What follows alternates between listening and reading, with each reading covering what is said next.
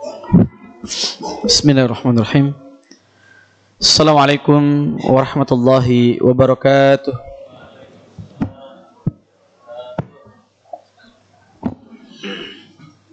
Allahu Akbar, Allahu Akbar. Allahu Akbar, Allahu Akbar. Ashhadu an la ilaha illallah.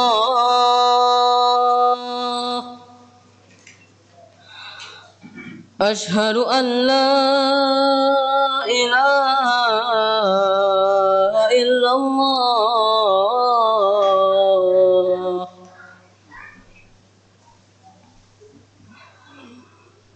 Ashhadu anna Muhammadar Rasulullah. Ashhadu anna Muhammadar Rasulullah.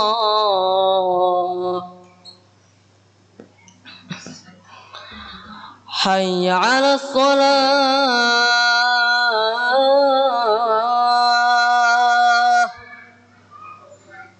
Hayya 'alas shalah.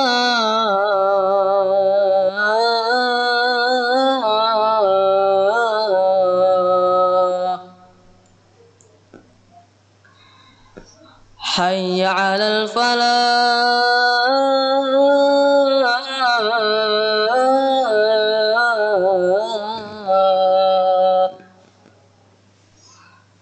Hayya 'alal falah.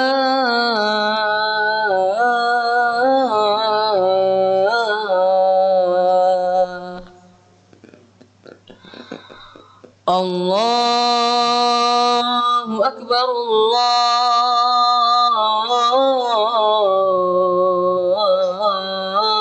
Akbar. La ilaha illallah.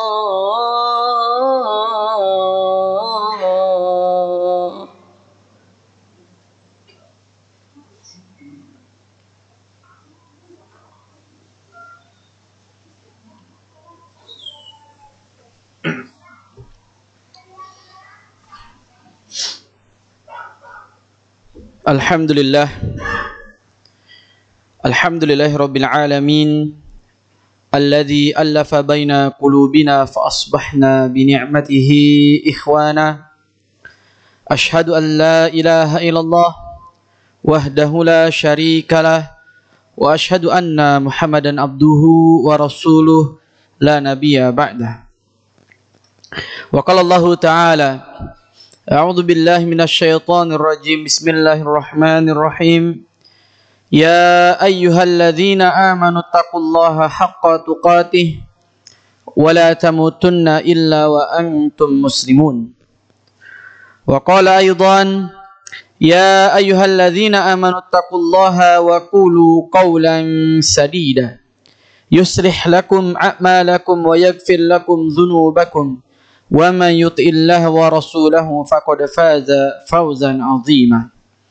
Fa in asdaqal hadisi kitabullah khairal hadi hadi Muhammadin sallallahu alaihi wasallam wa syarrul umuri muhdatsatuha wa kullu muhdatsatin bid'ah wa kullu bid'atin dhalalah wa kullu dhalalatin finnar. Jemaah sidang salat Jumat Masjid Al-Ikhlas yang dimuliakan Allah Subhanahu wa taala. Yang pertama tentunya khatib ingin berwasiat kepada diri khatib sendiri dan kepada jemaah pada umumnya, mari senantiasa kita meningkatkan kualitas iman dan takwa kepada Allah Subhanahu wa taala. Karena sejatinya ketakwaan inilah yang akan mengantarkan kita mendapatkan kemenangan dunia dan akhirat. Sebagaimana firman Allah, innalil muttaqina mafaza. Sesungguhnya orang-orang muttaqin akan mendapatkan kemenangan. Ketakwaan ini pula yang insya Allah mengantarkan tiap kita ke dalam surganya Allah Subhanahu wa taala sebagaimana firman-Nya, innalil muttaqina 'inda rabbihim jannatin na'im. Sesungguhnya orang-orang muttaqin akan dimasukkan ke dalam surga yang penuh kenikmatan di dalamnya.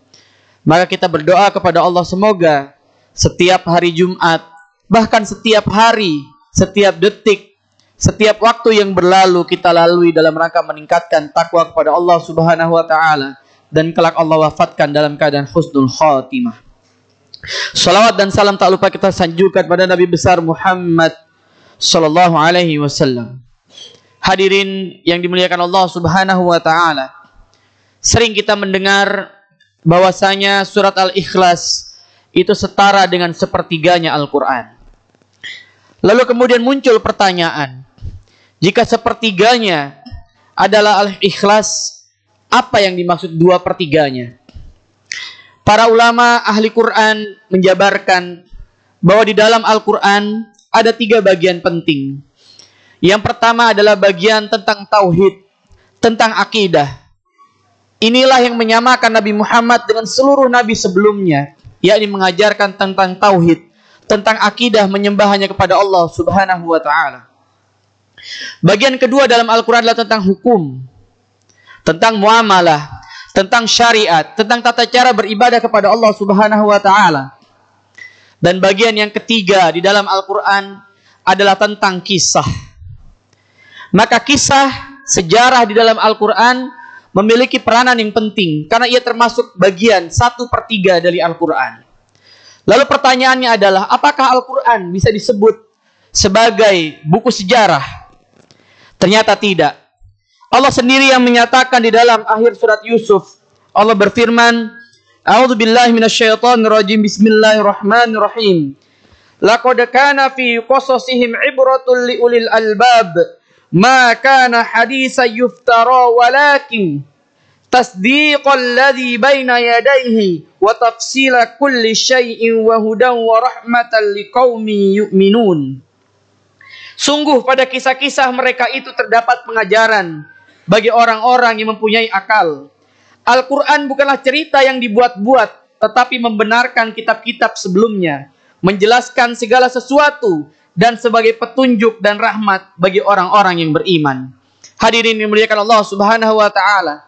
Allah dengan gamblang di sini menyebutkan bahwa Al-Quran bukanlah kitab sejarah. Lantas mengapa banyak kisah sejarah di dalam Al-Quran? Fungsi sejarah dalam Al-Quran adalah sebagai al-ibrah. Al-ibrah berasal dari kata ubur yang artinya menyeberang. Maka sejarah yang ada di dalam Al-Quran fungsinya adalah agar menjadi panduan. Agar menjadi panduan bagi Nabi Muhammad SAW, serta menjadi panduan bagi kita umatnya Nabi Muhammad SAW. Maka kita lihat bagaimana sejarah berfungsi dalam berbagai keputusan dari Nabi SAW. Kita ambil misalnya beberapa kisah menarik. Tatkala Nabi SAW membebaskan kota Mekah. Ketika terjadi Fatu Mekah, semua orang diam. Semua orang takut dengan keputusan apa yang akan diambil Nabi SAW. Mungkin terbayang dalam benak orang-orang Quraisy tatkala mereka menghina Nabi, tatkala mereka membuli Nabi, tatkala mereka memfitnah Nabi, mengatakan Nabi majnun, mengatakan Nabi gila, mengatakan Nabi penyihir, mengatakan berbagai hal yang keburukan tentang Nabi SAW. Lantas Nabi mengumpulkan mereka dalam peristiwa Fatu Mekah yang luar biasa dicatat dengan tinta emas sejarah. Lalu Nabi berkata kepada mereka, aku maafkan kalian semua. Dan ingat apa kalimat depan diambil oleh Nabi SAW? Kini aku ingin sampaikan sebagaimana Nabi Yusuf berkata kepada saudara-saudaranya. Karena memang orang-orang Quraisy sejatinya saudara-saudara Nabi SAW. Maka inilah perilaku yang kemudian disebut oleh para ulama dengan perilaku al-afu indal maghfirah.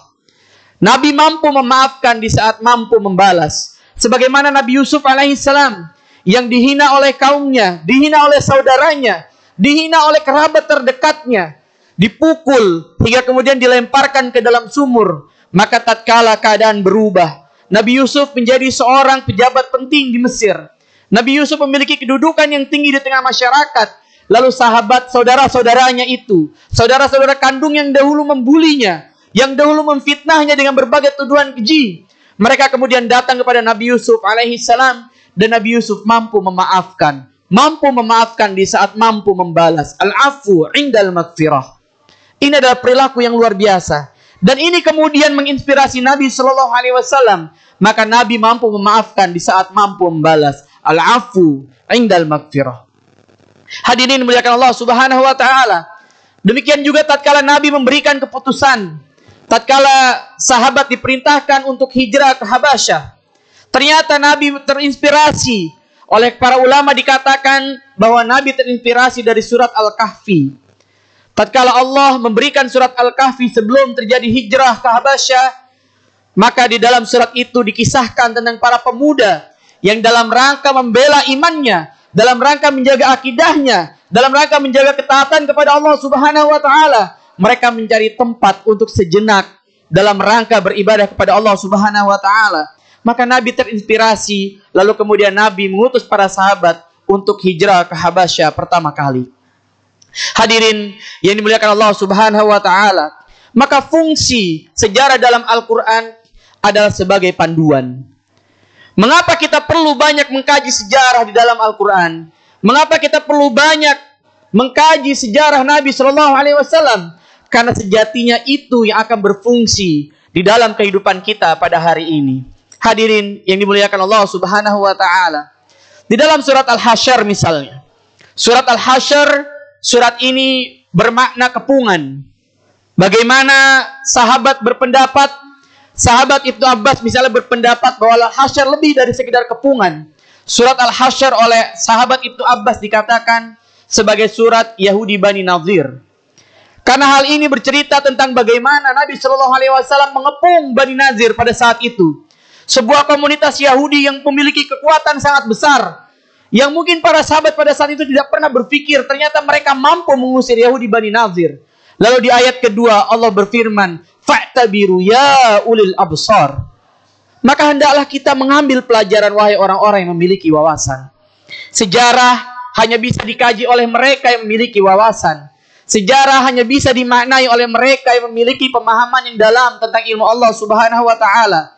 Maka mari jadikan kisah-kisah sejarah dalam Al-Quran, kisah perjalanan Nabi Shallallahu Alaihi Wasallam, kisah sirah nabawiyah, kisah para sahabat sebagai panduan kita untuk meraih masa depan kita yang lebih baik, untuk meraih masa depan kita yang insya Allah dalam rangka menjemput keadaan yang terbaik, yakni keadaan husnul khotimah. Amin amin ya rabbal alamin. Barakallahu li wa lakum fil Qur'anil azim wa nafa'ani minal ayatihi wa zikril hakim wa taqabbalallahu minna wa minkum tilawatahu innahu huwas samiul alim.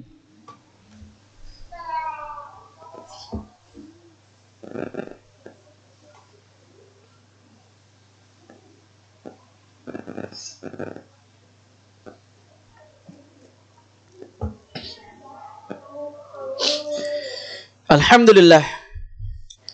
Alhamdulillahi rabbil alamin. Assalatu wassalamu ala asyrafil anbiya'i wal mursalin wa ala alihi wa sahbihi wasallim ajma'in. Amma ba'd. Di khutbah yang kedua ini, khatib ingin menutup khutbah kita dengan sebuah kisah. Tatkala Nabi sallallahu alaihi wasallam diperintahkan Allah Subhanahu wa taala, "Wa anzir ashiratakal aqrabin." Berikanlah peringatan kepada keluarga-keluargamu yang terdekat. Maka Nabi Shallallahu Alaihi Wasallam mengumpulkan paman-pamannya. Berkumpullah saudara-saudara terdekatnya, pamannya dan kerabatnya sekitar 40 sampai 45 orang. Lalu kemudian belum sempat Nabi berbicara sepatah dua patah kata, Abu Lahab ternyata mengambil forum itu sehingga Nabi tidak mampu berkata-kata dalam forum tersebut. Lalu tatkala Nabi naik ke atas bukit Safa, Nabi berkata, ya sobaha. Berkumpul orang-orang Quraisy pada waktu itu. Lantas kemudian Abu Lahab dengan congkaknya berkata, tabban laka ya Muhammad, alihada jama'tana. Celakalah engkau wahai Muhammad, hanya dalam rangka ini kamu mengumpulkan kami semua di sini. Maka Allah kemudian berfirman, tabbat yada abi lahabi wa tab. Celakalah kedua tangan Abu Lahab. Ada hal yang menarik. Benarkah namanya Abu Lahab? Ternyata para ulama ahli sejarah menyatakan sejatinya nama Abu Lahab bukanlah Abu Lahab, tetapi Abdul Uzza. Namun pertanyaannya, mengapa Allah menggunakan label Abu Lahab. Ada kalimat yang luar biasa dari Syekh Sya'rawi ketika beliau menafsirkan ayat ini. Kata beliau, mengapa Allah menjuluki dengan nama julukan, tidak dengan nama asli? Kalau dengan nama asli maka kemungkinannya tidak akan terjadi lagi orang-orang seperti Abu Lahab. Namun kenapa digunakan istilah Abu Lahab? Karena orang-orang seperti Abu Lahab sepanjang zaman akan muncul kembali. Ini diantara salah satu pelajaran penting mengapa kita perlu banyak mengkaji sejarah, agar kita bisa memperkuat pemahaman kita tentang Al-Quran, memperkuat akidah kita, memperkuat keimanan kita kepada Allah Subhanahu wa Ta'ala. Dan mari kita tutup khutbah ini dengan doa. Allahumma ighfir lil muslimina wal muslimat wal mu'minina wal mu'minat al ahya'i minhum wal amwat. Allahumma inna nas'aluka salamatan fid din wa afiatan fil jasad wa ziyadatan fil ilmi wa barakatan fil rizqina wa taubatan qabla al maut wa rahmatan 'inda al maut wa maghfiratan